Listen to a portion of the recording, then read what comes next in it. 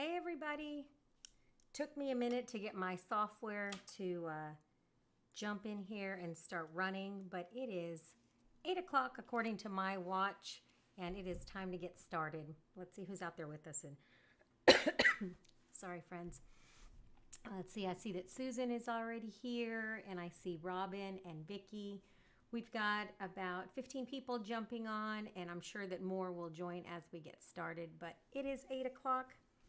And let's jump in. So tonight we're going to be talking about a type of embroidery that I really, really love. And I am going to be spending some time next year working on some of this embroidery.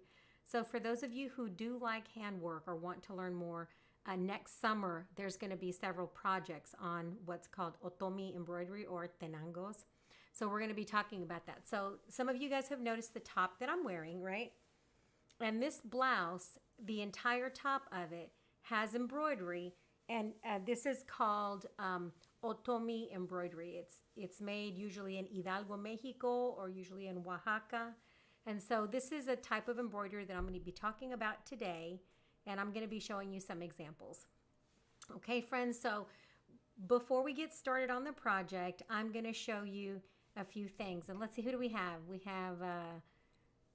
let's see. Hi from Michigan. Hi, Zach. We have Christine. We have Veronica, Vicky, Robin. We got a lot of people jumping on now. Okay. So I'm going to talk about otomi embroidery. Otomi embroidery is absolutely my favorite type of embroidery. And like I said, that's what I'm wearing tonight. If you're new to the channel, my name's Yvonne, and this is the Jelly Roll Club, where we learn different things. And so in some channels, people will focus on like one thing, like a specialty thing. In this channel, I let you explore a variety of things, and then you decide if you like them or you don't like them. I do that for myself. Sometimes I try things and I think, wow, I'm not doing this again. And then sometimes I try things and I was like, you know what? I want to add this tool to my toolbox. So one of the things that I love to do is just to share different techniques. So let's start from here. All right. So I'm going to switch my camera so that you guys can see what I'm talking about. So the type of embroidery that you see on my screen is called otomi embroidery. And you typically see it done on muslin. That's typically how it's done. The image is drawn by an artist. There's artists that specialize in otomi drawings, and they're usually animals or flowers. Closed captioning is calling it Tommy. It's otomi. I will put some new captions later on so that you guys can see that. But this embroidery type or style is done in Mexico, in the areas of Oaxaca and also Hidalgo, Mexico. So this is what it looks like. And I'm going to take those down. And the reason I'm putting these up here is because tonight we're talking about satin stitch embroidery. And this right here is an example of very densely satin stitched design, right? So let me pull that off. So for those of you who were wondering how you spell otomi, it's O-T-O-M-I.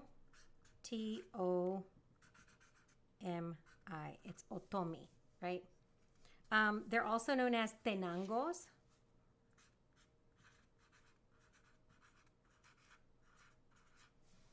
And so you're going to see them under both of those names. This is tenangos is usually what they're called, and this is a type of embroidery that's very closely associated with the central region of Mexico called Oaxaca, and it's beautiful stuff. So let me show you what I'm talking about. So tenangos are made in brightly colored things. They're usually natural things, but they can also be done in just a single color, like this dress that I have here. And this is all hand done, this entire dress. And this one is done on linen. They're typically done either on muslin or on linen. And as you can see, the entirety of this dress is all hand embroidered. And so this is the top of the dress. I don't know if you can see me. And so that's the top part. And the dress just has a motif of like a central flower, and it spreads out, and it has these two birds. And so it has flowers, leaves, and birds, and that's typically what you see. Okay? So that is otomi embroidery, and the reason that I wanted to share that with you is because the technique that's often used in otomi is what I'm going to use for this lovey-dovey little heart that I'm going to put in the center. Okay, I hope you're following along.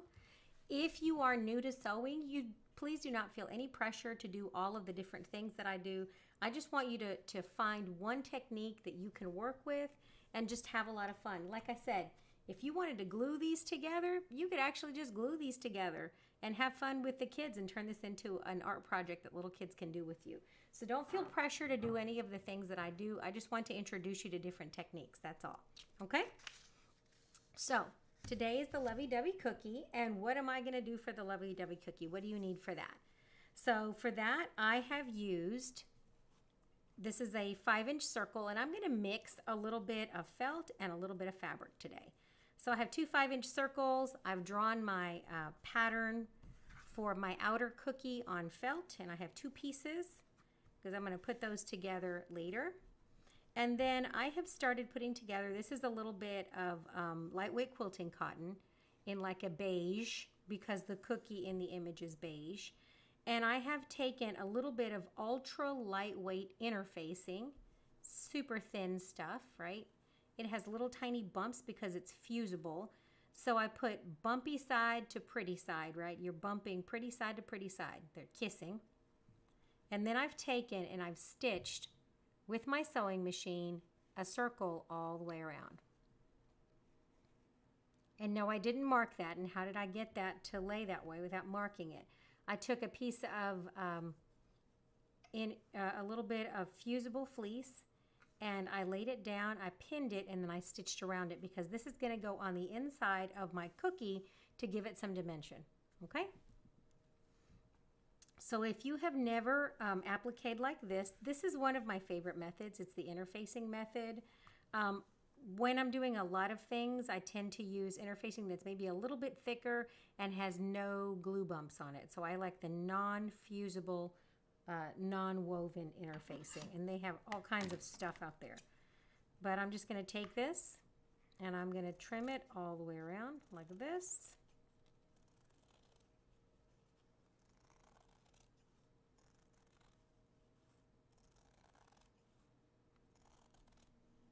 And now this piece is ready to go for the next step. So I'm just trimming it around just like this, about 1/4 of an inch around.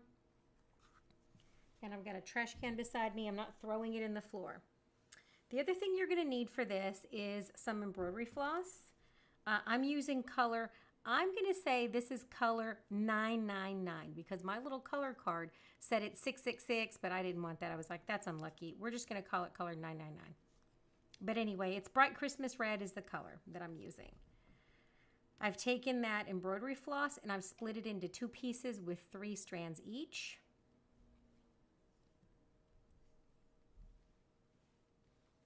And I'm going to be using 3 strands of embroidery floss, and I'm going to save this for a minute later. So let me move all these scissors. Okay, so what do you do once you trim your interfacing? Well, I'm going to separate it out from my background, just like this.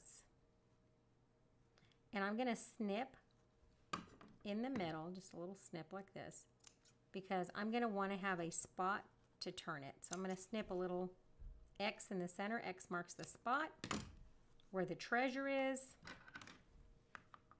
Let me put my glasses on. All right. I'm going to give this a few little trims. You could also trim this with pinking shears if you have pinking shears.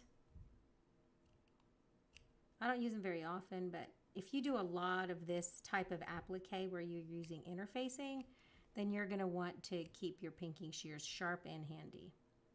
Okay, I'm cutting all the way close, but not on the line, so I can't trim my stitching. I'm trimming everything close to it, but not the stitching itself. I'm going to just go around and I clip about every 1/2 inch or so, and that's just so that when I open this up and I flip it the other way around, that curve lays smooth. And some people Don't think that that matters, but I just do it. I was taught how to do that in home economics, and I keep doing it. All right. I'm going to reach my finger in there, just like this, my 2 thumbs, and I'm going to flip that over. And just be careful not to rip everything up. This ultra thin interfacing is a little bit delicate, but I like it because it leaves very little bulk and very little weight in there. All right. And so there's my frosting layer. I'm just going to take my finger and wiggle it, wiggle it, wiggle it. Have you guys seen otomi embroidery before? It's all over the place these days. It's in home decor items.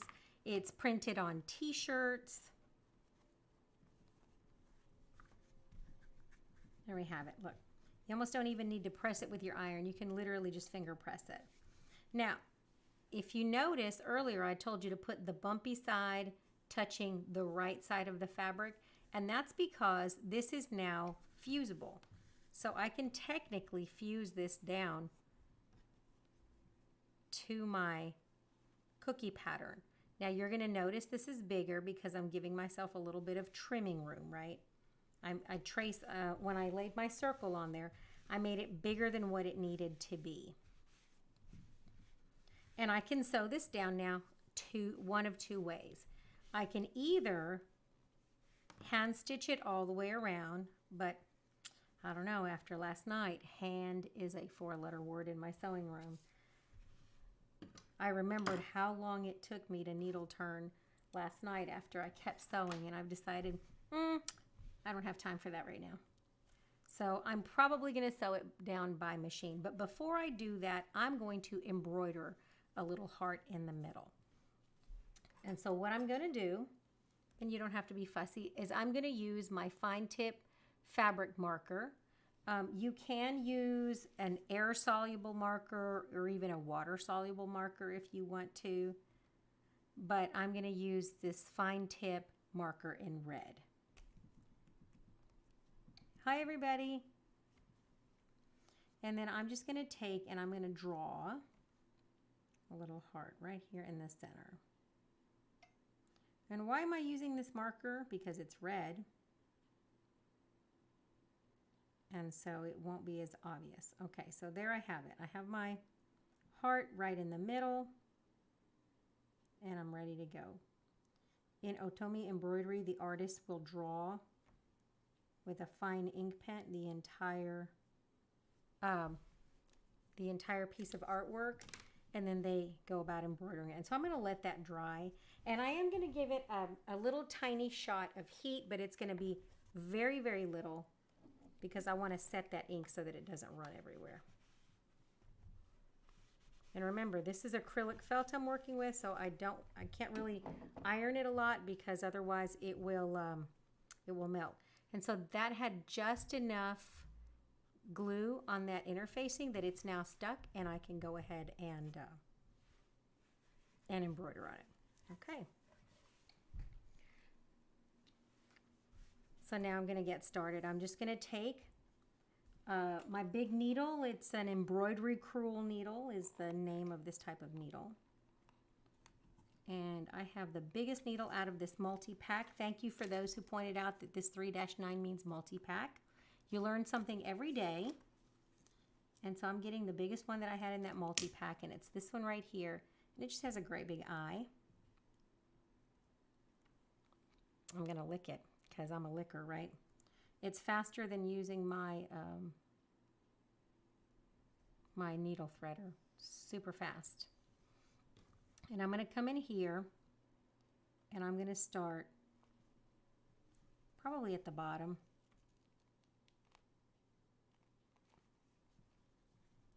And I'm not going to make a knot this time because otomi embroidery is known for never having knots.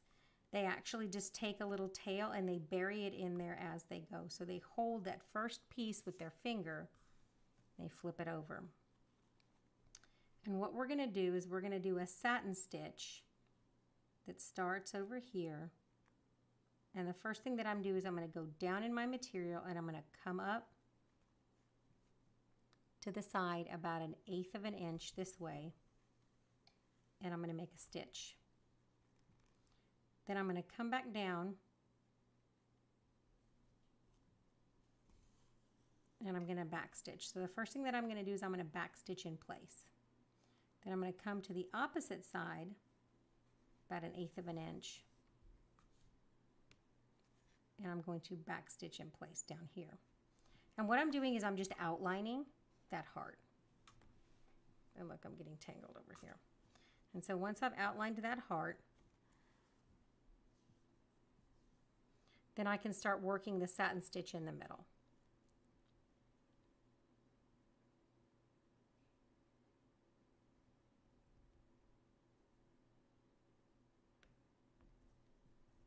And like I said, using your tongue is a lot faster.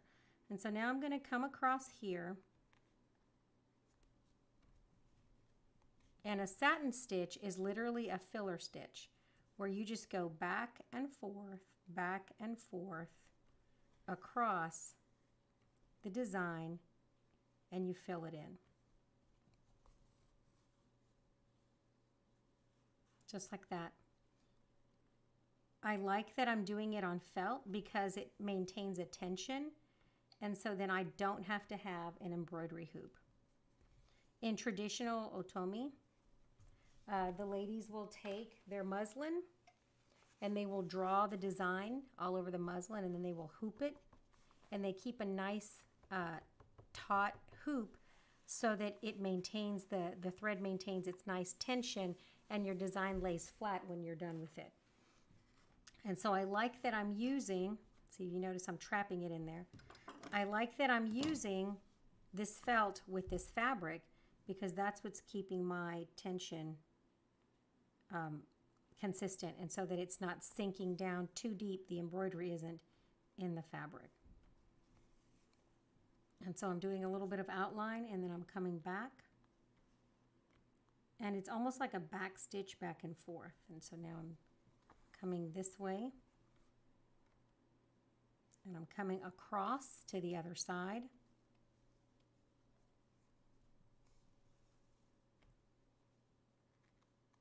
And I'm coming up underneath that one on this side, just a hair. And I'm coming over this side over here. And so I'm gently just kind of back stitching as I go. Now I'm going to go back to the other side. So I'm kind of crisscrossing across my work just a hair.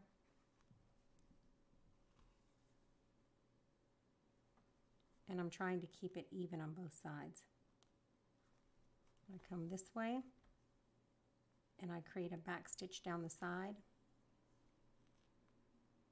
And I'm going back the other direction. I come up from the back. I come across to the other side where I came up before. And I slowly fill in my design. And like I said, I'm coming just outside of that line where I drew it. Drawing it in red allows me to see exactly where that edge is going to go. And then I come just under where I did that back stitch, and I come to the other side.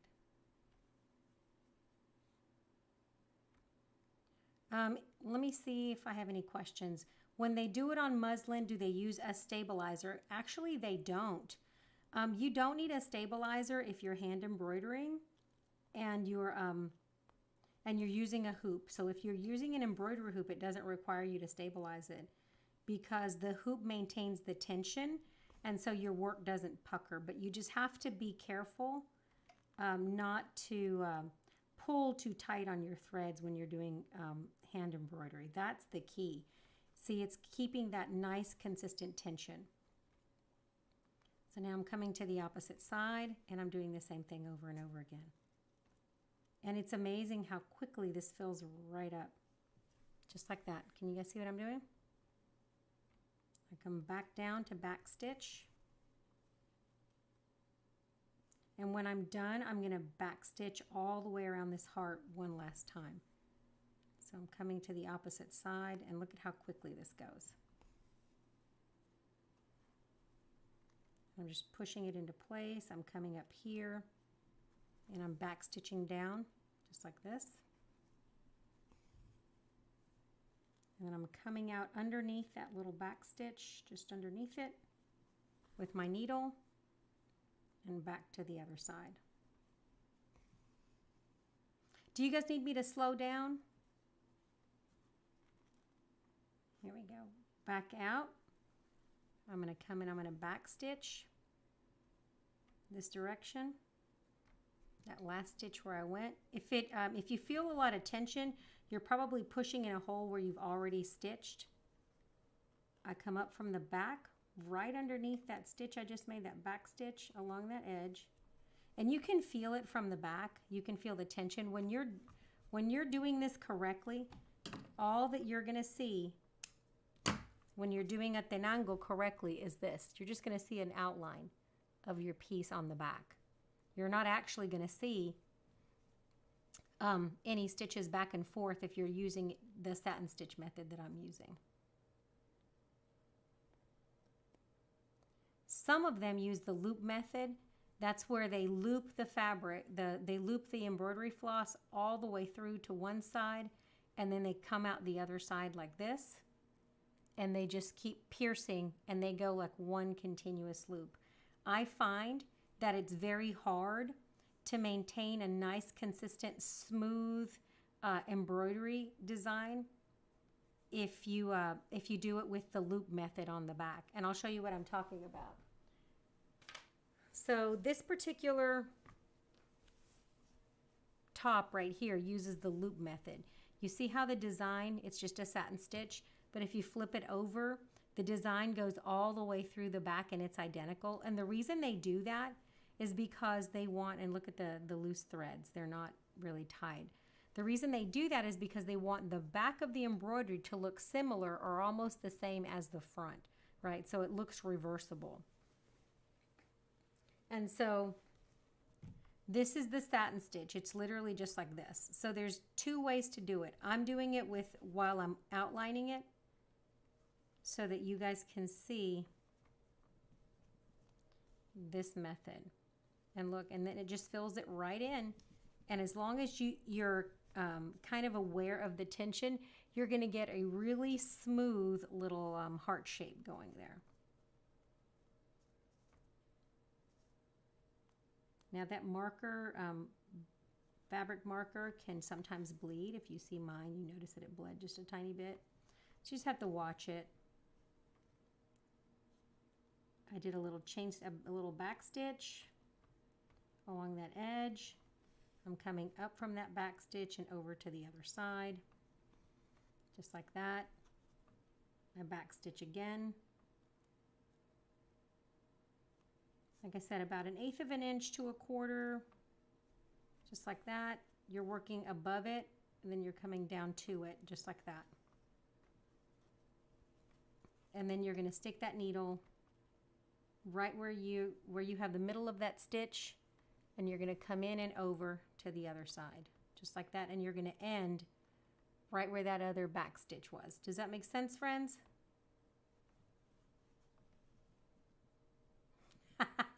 Sue, you did this in Girl Scouts? I think at some point we were all taught how to do some of these things, right? But not anymore. In most schools, they've done away with home economics, and so we've got to learn this off the internet. Welcome to the Jelly Roll Club, right? And so this is why I decided to start doing this online. I actually run an after-school sewing club at my school. I started collecting old vintage sewing machines. I like Singer 400 series. Those 70-year-old iron workhorses are wonderful because I can repair them myself. And so when high schoolers want to learn for the first time, they use those machines, and they're actually pretty sturdy. And they do one thing really, really well, which is straight stitch. And that's all you really need for most quilting tasks. You really just need to straight stitch. And there you have it, friends. Look at that. Slowly but surely, that little heart is going to fill up. Okay? Can you guys hear me? Or is BB the only one that can't hear me? BB said her volume is all the way up.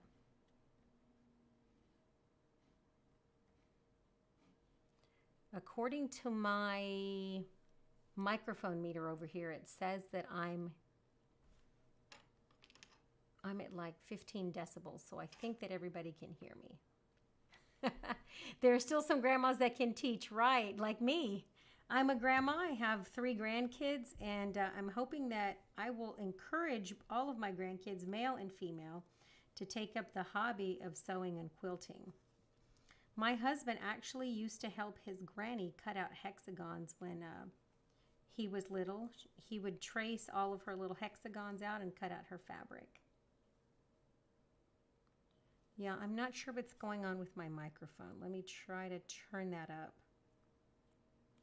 Let me see if I can lower my microphone. Can you guys hear me better now? I pulled my microphone a little bit closer to my face. And so that's it, beautiful ladies. If you remember this from Girl Scouts, then this is going to be like jumping on a bicycle, right? You're going to take that and you're going to practice a little bit of otomi embroidery, and then maybe you can create a beautiful stocking. Maybe that's on the 2023 bucket list for me, is to create stockings. I don't know. What do you guys think? Would you like to create some of those fancy stockings? I saw what they sell for on the internet. They sell for like $300. I thought, wow, maybe I need to make a few of those for my grandkids. They're beautiful. They're absolutely beautiful.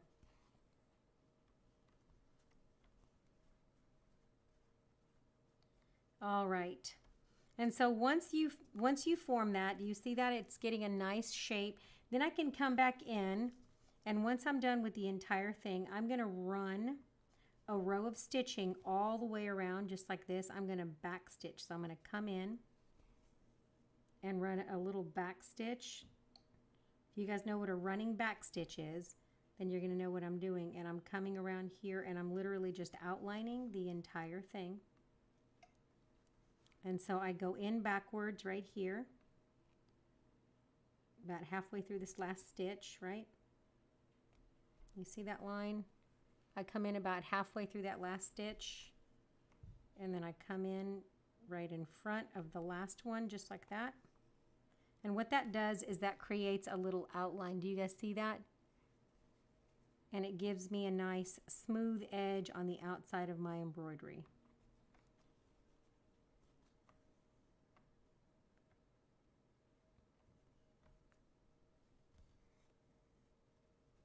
Yes, if you want to go into some of these websites where they sell some of these otomi lampshades for like $3,000. Some of these designer websites. Otomi embroidery is a super hot commodity right now in the fine art world, the textile world. So that art form has gone mainstream, I guess. Okay. So then I've gotten to the bottom, and I'm coming back to the upper side, and now there I have it. Look at that bottom piece. I love how that looks. You see how that has that nice little kind of almost braided look. The other thing you could do is the chain stitch I taught you guys the other day.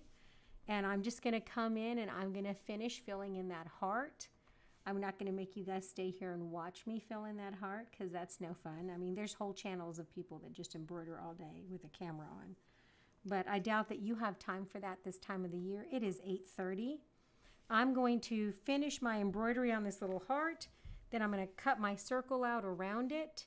I'm going to blanket stitch it. And then I'm going to finish it just like I did some of these others like this. I'm just going to blanket stitch around the outside, or blanket stitch around the outside of any of these. And so that's how I'm going to finish this lady, and you're going to see her tomorrow night when I'm done. All right, friends, I appreciate you joining me. Like I said, each time you come, I try to teach you something a little bit different. If you have never watched any videos on some native peoples from Oaxaca, Mexico, making some of that otomi embroidery, it is an absolute pleasure to watch. It's very relaxing. There's a bunch of videos about their artwork on YouTube. In the meantime, you keep sewing. I appreciate you guys stopping by. If you are not a subscriber, please give this a subscribe so you can get a notification in your email whenever I upload stuff. We've got a lot of things coming next year. We're going to be doing the Table Runner of the Month. It starts on New Year's Day. There's going to be a new Table Runner, a free pattern every single month. You can use those. They're all going to be 60 inches wide, so you can actually use those if you want to put your favorites together and make a row quilt. So they're going to be 12 inches wide by 60 inches. So if you want to join us for that, there's going to be one every single month.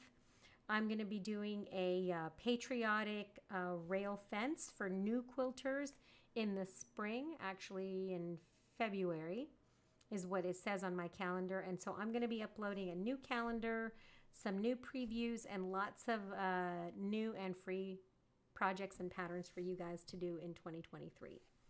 All right, everybody, you guys have a great evening, and just keep sewing. That's what I'm going to keep doing. All right, everybody, have a great night. Drink some coffee and embroider the rest of the night, maybe, right? Good night, everybody.